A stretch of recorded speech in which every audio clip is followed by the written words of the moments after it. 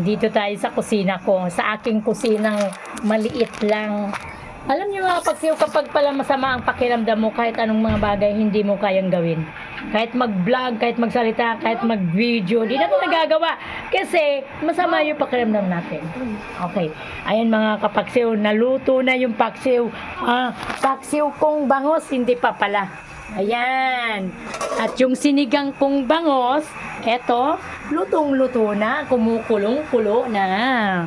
Kaya mga kapagsiw, tingnan ninyo. Alam mo mga kapagsiw, magkano isa nito? 50 pesos each. Mahal. Dati is 40 lang. Tumaas ako ng 10 pesos per piraso kasi tumaas na ang bangus. Ang mahal. 250 yang kilo. Yes mga kapagsiw. Ayan, lutong-luto na yan. Dadali na namin to sa aming munting karinderya. Anak, oh. 50 isa. Yes, mga kapagsew. Okay.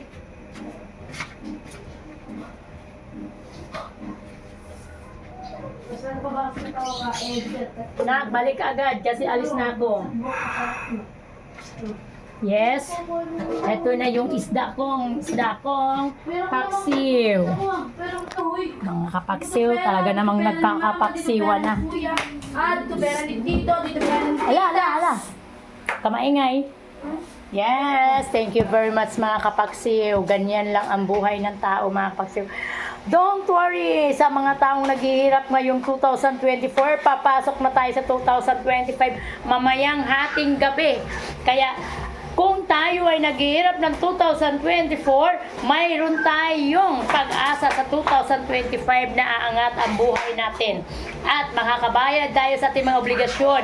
Kaya mga kapagsew, don't worry sa lahat na naghihirap tulad ko. Kailangan lang nating gumalaw at kumayod at mag-isip kung anong dapat gawin parang tayo ay umangat ang buhay sa 2025. Welcome 2025! Yes, mga kapagsew.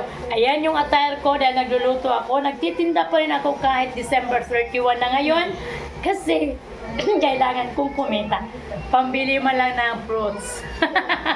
Ganun talagang buhay. Alam mo, hindi ako nagsisinungaling. Hindi po ako nagbibiro. Yun po ay totoo. Hindi po ako nagsisinungaling sa inyo.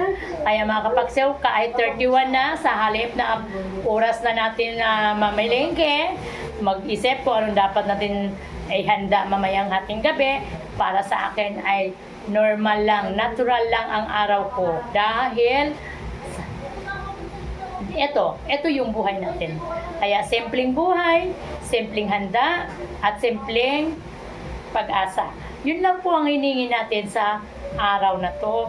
Sana sa pagpasok ng 2025 ay tayo ay angat ng buhay natin, makakabayad tayo sa ating mga utang at may konting ipon. Yun lang po at huwag tayong magkakasakit lalong-lalo na sa ating mga anak, apo, sa lahat ng ating mahal sa buhay, sa lahat ng tao sa buong mundo, huwag magkakasakit. Napakahirap po magkasakit. Sobra. Kaya alam niyo mga kapagsiw, thank you very much. At panoorin ninyo ang aking munting mensahe sa umagang ito. Ito po ay habilin sa 2024.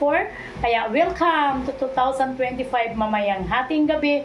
Tayo ay January 1, 2025. Sobrang dami nating biyaya yan. Kasi tayo ay naghihirap itong taong 2024. Baka itong namang 2025 ay mangyayari ang dapat mangyayari. Uusbong ang buhay natin higit na mahigit sa dami-daming biyayang binibigay sa atin ng Panginoon. Kaya thank you at good morning sa lahat. Happy New Year! Yay!